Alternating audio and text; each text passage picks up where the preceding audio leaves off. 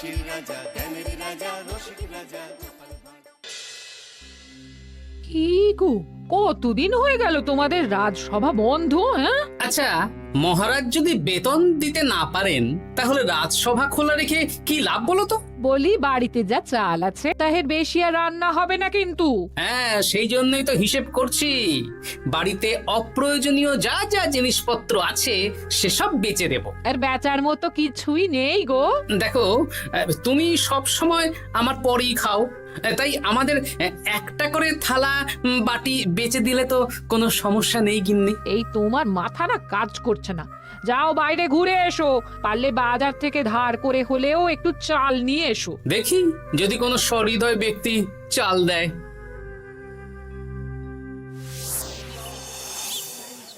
না গোপাল দাদা, বাজারের অবস্থা খুব খারাপ, আর আমি ধারে বিক্রি করছি না। আহা, আরে আমি কোনোদিন তোমার একানাও বাকি রেখেছি বলো? আমি বুঝতে পারছি গোপাল দাদা, কিন্তু আমিও নিরুপায়। গত মাসের বেতন এখনো পাইনি। মহারাজ অনির্দিষ্ট কালের জন্য রাজসভা বন্ধ রেখেছেন।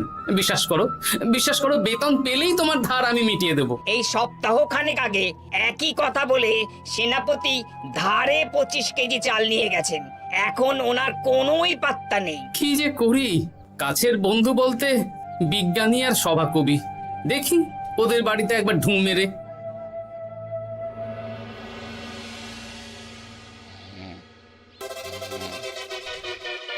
কৃষ্ণনগর কৃষ্ণনগর কৃষ্ণনগর শূন্য। হ্যাঁ, এবারে একটা মোহরও নেই। জাহাপানা সর্বনাশ হয়ে গেছে। কি হলো? পালে বাঘ পড়েছে নাকি? এই ঘুমের 12টা বাজিয়ে দিলে। জাহাপানা, এবারে কৃষ্ণনগর থেকে একটা মোহরও খাজনা আসেনি। হ্যাঁ, বলো কি? 1 মাস আগে বাৎসরিক খাজনা দেওয়ার শেষ দিন ছিল, কিন্তু এখনো একটা মোহরও খাজনা আসেনি। না জাহাপানা। পড়েছে এই বেগমের জন্য হীরের হার, হীরের কানের দুল, হীরের নাকছাবি বানাতে দিয়েছি। উজির, যা হোক করে কৃষ্ণনগর থেকে আমার খাজনা চাই চাই। তাহলে তো কৃষ্ণচন্দ্রকেই তলব করতে হবে। যা করার করো। বাবা, এই সময় তোমার শখ হয়েছে ময়না পোষা? আরে না না, আমি পুষিনি। একটা পশ্চিমের গ্রামে কদিন আগে ঘুরতে গিয়েছিলাম। আচ্ছা, ওখান থেকে নিয়ে এসেছো? না, তাও আনিনি, ছোলা খেতে দিয়েছিলাম। দেখি তারপর আমার পিছনে পিছনে উড়ে উড়ে চলে এসেছে। বাহ বাহ বাহ, এ তো ভালো কথা। বিয়ে তো করলে না, তাও একটা সঙ্গী জুটেছে। এ যে সে পাখি নয় গোপাল, এ ময়না কথা বলে, দেখবে।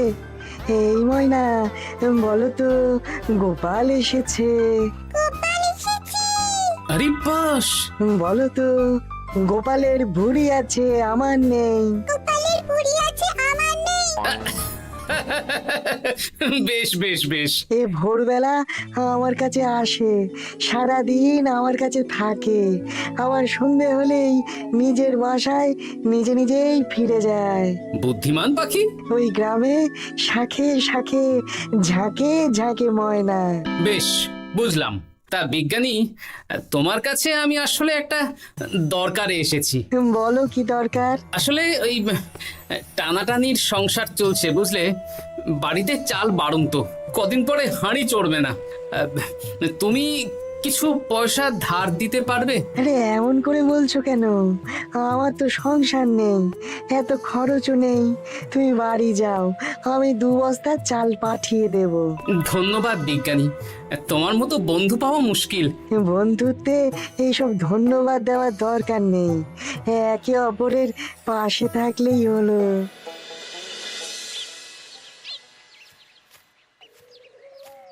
এ কি গো, খালি হাতে ঢুকছো যে? বিজ্ঞানী আমাদের 2 বস্তা চাল পাঠাবে, তাই কিছুটা হলেও চিন্তা কমলো, বুঝলে। ওমা, এই তো সারা বাজার ঘুরে তো ধারে চাল পেলাম না, অগত্যা বিজ্ঞানীর বাড়ি গেলাম। উনি সত্যি তোমার বন্ধু? হ্যাঁ গিন্নি, জানি না কতদিন আমাদের রাজসভার সমস্যাটা চলবে। দেখি অন্য কোনো কাজে লাগতে হবে, বুঝলে। এই দেখো দেখো, যা করার তাড়াতাড়ি করো, এভাবে তো আর চলতে পারে না গো। কি নবাব বাহাদুর আমাকে ডাকছেন? হ্যাঁ, জাহাপনা আপনার উপরে রেগে আছেন। অতি সত্বর আপনাকে দেখা করতে বলেছেন। এবারে চাষাবাদের মন্দার কারণে রাজস্ব আদায় তেমন ভালো হয়নি, তাই খাজনা পাঠাতে পারিনি।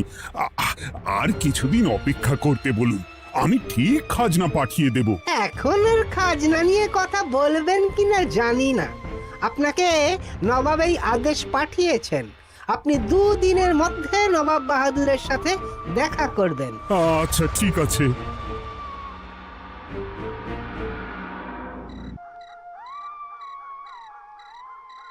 মহারাজ, এই বিপদের সময় আপনাকে একমাত্র একজনই সাহায্য করতে পারে, আর সে হলো গোপাল।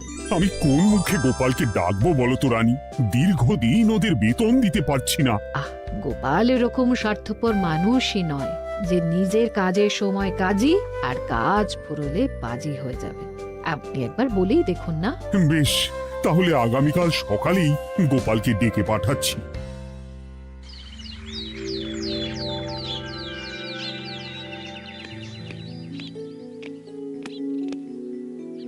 আসতে পারি মহারাজ? হ্যাঁ গোপাল, এসো এসো। মহারাজ, আমাকে হঠাৎ ডেকে পাঠালেন যে? শোনো, নবাব বাহাদুর বলেছেন ওখানে যেতে হবে, কারণ এবারে কৃষ্ণনগর থেকে কোনো খাজনা পৌঁছয়নি। মহারাজ, আপনি গেলেও বিপদ, না গেলেও বিপদ। হ্যাঁ, সেটাই তো আমাকে সবচেয়ে বেশি ভাবাচ্ছে, কিন্তু না গেলেই যে নয়। তাহলে এক কাজ করি মহারাজ, আমিও বরং আপনার সাথে যাই। যা বিপদ আসবে একসাথে লড়বো। ও গোপাল, তুমি যেন আমার বুক থেকে পাথর নামিয়ে দিলে। তোমাকে যে কি বলে ধন্যবাদ জানাবো। তাহলে কখন বেরোবেন বলুন? আজকে সন্ধ্যের দিকে বেরিয়ে পড়বো, তাহলে কাল সকাল সকাল মুর্শিদাবাদ পৌঁছে যাব। কতদিন থাকতে হবে তো কিছুই জানি না, তাহলে ওই 3-4টে জামা কাপড় ধুতি নিয়ে নেব, কি বলেন? হ্যাঁ হ্যাঁ, তাই নিও। তাহলে সন্ধ্যেবেলা রাজবাড়িতে এসো, একসাথেই বেরিয়ে পড়বো। আচ্ছা মহারাজ। বলি, তোমার কি মুর্শিদাবাদে না গেলেই নয় গো? আমাকে তো যেতেই হবে গিন্নি। জানি নবাব বাহাদুর কিভাবে ছক করে কল করে, তুমি সাবধানে থেকো গো।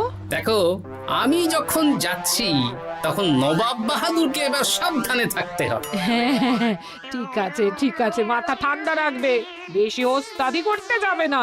এমনিতেই আমাদের অবস্থা এখন ভালো নয়। আরে তুমি অতিরিক্ত চিন্তা করো না তো গিন্নি। জাহাপনা, কন্যাগুলো কবে আসবে? এখনো 2-3 দিন সময় লাগবে বেগম। এত সময় লাগছে কেন জাহাপনা?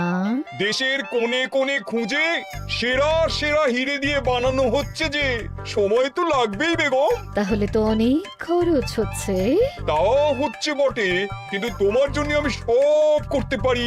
আমাদের মুর্শিদাবাদের হীরালালের হাতের কাজ দেশের সেরা। আপনি সত্যি আমাকে ভালোবাসেন, আমার জন্য এত খরচ করে গয়না বানিয়ে দিচ্ছেন। তুমি খরচ নিয়ে এত চিন্তা করো না। কৃষ্ণনগর থেকে এই বছর ভালো খাজনা প্রাপ্য ছিল, কিন্তু এখনো একটা কানাকড়িও আসেনি। তাহলে আপনার গয়না বানাতে যা খরচ হবে সব আপনার সিন্ধুক থেকে দিয়ে দেবেন? না না না, কৃষ্ণনগর থেকেই আদায় করব, ওকে তলব করেছি। আচ্ছা, সহিস, গাড়ি ছাড়ো। যথাজ্ঞা মহারাজ।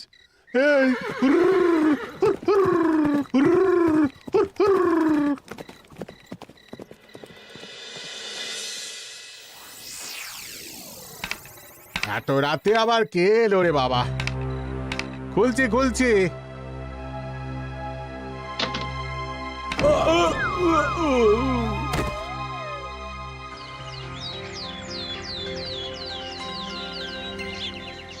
সর্বনাশ হয়ে গেছে জাহাপানা। কি হয়েছে হীরালাল?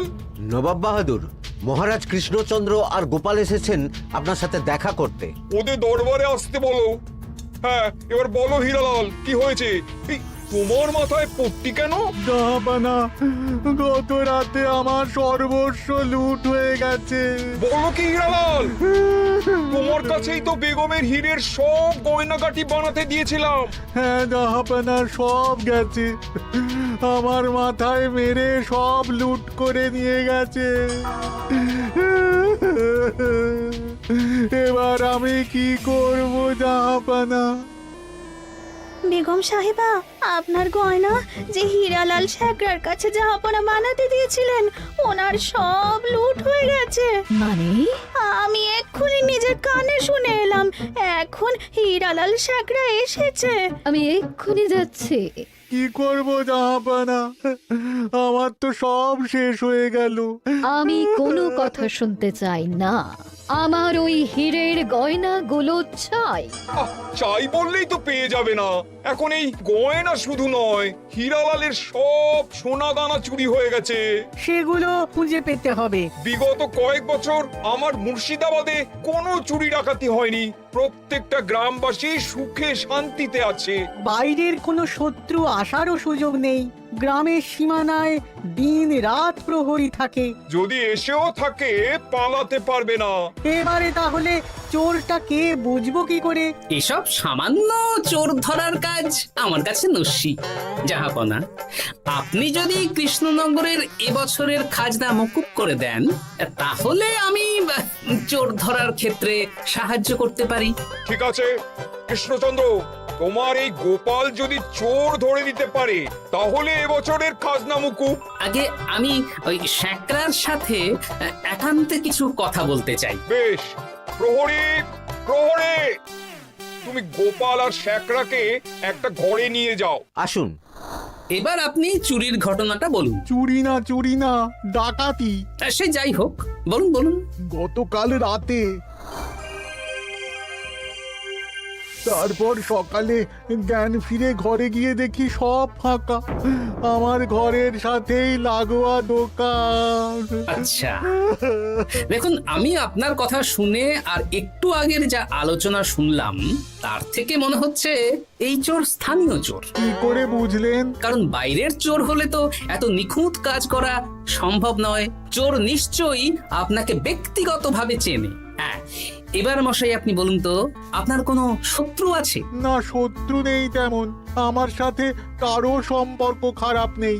আর আমাদের পাড়ায় সবাই ব্যবসায়ী, সবাই সম্ভ্রান্ত লোকজন। বেশ, তাহলে সব ব্যবসায়ীদেরকেই রাখতে হবে। আমি নবাব বাহাদুরকে বলে দিচ্ছি, আপনি এখন আসুন। নবাব বাহাদুর, আপনি ওই গ্রামের সকল ব্যবসায়ীদের আপনার মহলে ডাকার ব্যবস্থা করুন। সবাই কিন্তু বেশ সম্ভ্রান্ত ব্যবসায়ী। সে হোক না, ওই গ্রামে তো সবাই ব্যবসায়ী, আর বাইরের কোনো লোক গ্রামে ঢোকেনি বা বাইরেও যায়নি। তাই যদি কেউ চোর থেকে থাকে, তাহলে ওই ব্যবসায়ীদের মধ্যেই আছে। বেশ, আমি সবাইকে আমার মহলে নিয়ে আসার ব্যবস্থা করছি। আর একটা ফাঁকা বড় ঘর চাই, যেখানে চোর ধরার পরীক্ষা হবে। আর সেই ঘরে আমাদের কৃষ্ণনগরের ঘোড়া চোর ধরবে। হ্যাঁ, ঘোড়া চোর ধরবে? হ্যাঁ, যে ঘোড়ার গাড়িতে আমরা এসেছি সেই ঘোড়া। যদি চোর না ধরতে পারো, তাহলে পুরো খাজনা তো গায়ের জোরে নেব, সাথে সাথে কৃষ্ণনগরটাও কেড়ে নেব। আমার উপর একটু ভরসা রাখুন নবাব বাহাদুর, আর যা বললাম করুন। বেশ, শুনুন, এই ঘরে আমার এক প্রিয় ঘোড়া আছে, আর সামনে একটা বালতিতে ছোলা সেদ্ধ রাখা আছে। আপনারা সকল ব্যবসায়ীগণ একে একে যাবেন, দরজা ভিতর থেকে বন্ধ করবেন, আর ঘোড়াকে এক মুঠো করে ছোলা খাইয়ে ফিরে আসবেন। তারপর কি বাড়ি চলে যাব? না, সবার ছোলা খাওয়ানো হয়ে গেলে আমি ঘোড়ার কাছে যাব, আর ঘোড়া কানে কানে আমাকে বলে দেবে কে চোর। তাহলে আর দেরি কেন? সবাই একে একে যাও।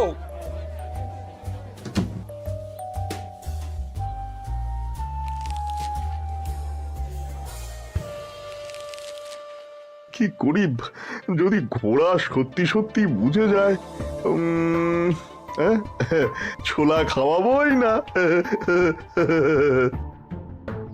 ব্যাস, ছোলা খাওয়ানো হয়ে গেল। এবার গোপাল বলো তো কে চোর? দাঁড়ান, ঘোড়ার মুখের কথা শুনে আসি। আমি বলে দিচ্ছি জাহাপানা, গোপাল এসব মস্করা করছে, সব মস্করা। ঘোড়া বলে দিয়েছে কে চোর। বলো গোপাল, কে চোর? তার আগে সকল ব্যবসায়ীর হাত দেখে আমি পরীক্ষা করতে চাই। সে দেখো, কিন্তু বলো কে চোর? দেখি দেখি না, দেখি আপনারটা। না, আপনিও না। না, আপনিও না। একি মশাই, চুরিটা তো আপনিই করেছেন, আপনিই চোর। কি উল্টো পাল্টা কথা বলছেন? আমি চুরি করিনি। হ্যাঁ, আপনিই চুরি করেছেন, তাই ভয়ে ঘোড়াকে ছোলা খাওয়াননি। কারণ আমি ছোলার মধ্যে রান্নার হলুদ গুঁড়ো মিশিয়ে রেখেছিলাম, তাই যারা যারা ঘোড়াকে ছোলা খাইয়েছেন সবার হাতেই হলুদ রং লেগে আছে। শুধু ওর হাতে নেই। ভাই, শেষে তুই? তোর মনে মনে এত হিংসা? ভাই মানে? আরে ও তো আমার খুড়তো ভাই পান্নালাল, ওরও সোনা গয়নার ব্যবসা।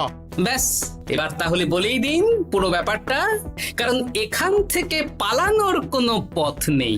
ভুল হয়ে গেছে দেখাবো না। আমার দাদা আমার থেকে অনেক বেশি রোজগার করতো, তাই আমার মনে মনে হিংসে ছিল।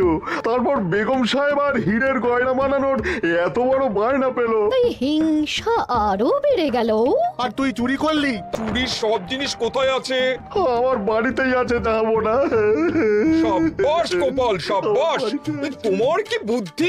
তাহলে জাহাপানা, কথা মতন আমাদের এই বছর তাহলে খাজনা দিতে হচ্ছে না। না, কথা যখন দিয়েছি তখন আমি তো আর কথার খেলাপ করতে পারি না। আচ্ছা গোপাল, তোমার তো এত বুদ্ধি, আমার একটা শখ পূরণ করতে পারবে? কি শখ বলুন নবাব বাহাদুর। আমার অনেক দিনের ইচ্ছে একটা হাওয়া মহল বানাবো, কিন্তু ঘরামি রাজমিস্ত্রি কেউই বানাতে পারবে না বলছে। তুমি কি বানিয়ে দিতে পারবে? আগে পারবো জাহাপনা, কিন্তু তার বদলে আমি কি পাবো? আগামী 5 বছর কৃষ্ণনগরের খাজনা মুকুব, আর তোমাকে আমি 100 মোহর উপহার দেবো। বেশ, তাহলে আপনি আমাকে দিন 7 সময় দিন, আর 7 দিন পরে আমার বাড়ির সামনে চলে আসুন। হাওয়া মহল বানিয়ে রাখবো, আপনি নিয়ে যাবেন। বেশ, তাহলে 7 দিন পরে কৃষ্ণনগরে দেখা হচ্ছে। যদি না বানাতে পারো তাহলে কিন্তু আগামী 5 বছর কৃষ্ণনগরকে দ্বিগুণ খাজনা দিতে হবে, এই আমি বলে দিলাম। বেশ, রাজি।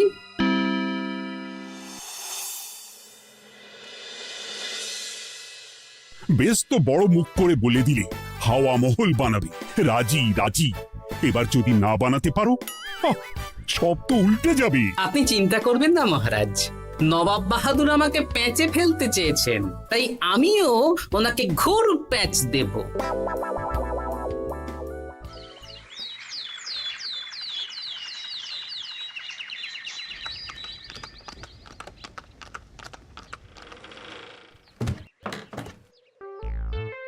কি গোপাল, আরে কোথায় আমার হাওয়া মহল? 7 দিন হয়ে গেছে তো, তাই মহল দেখতে চলে এলাম। কাজ একদম শেষ পর্যায়ে, চলুন পশ্চিমের মাঠে চলুন। গিন্নি, তুমি মহারাজকে খবর দাও আর বলো পশ্চিমের মাঠে চলে আসতে। আরে তাড়াতাড়ি কর, তাড়াতাড়ি কর। ওই দেখুন, আপনার হাওয়া মহল তৈরি হয়ে গেছে। কই? উপরে দেখুন। ওরে, নবাবের হাওয়া মহল বলে কথা, ইট কথা হয়ে গেছে। এবার রং কর, রং কর। হাওয়া মহল রং করছি তো, এত তাড়া দিস না।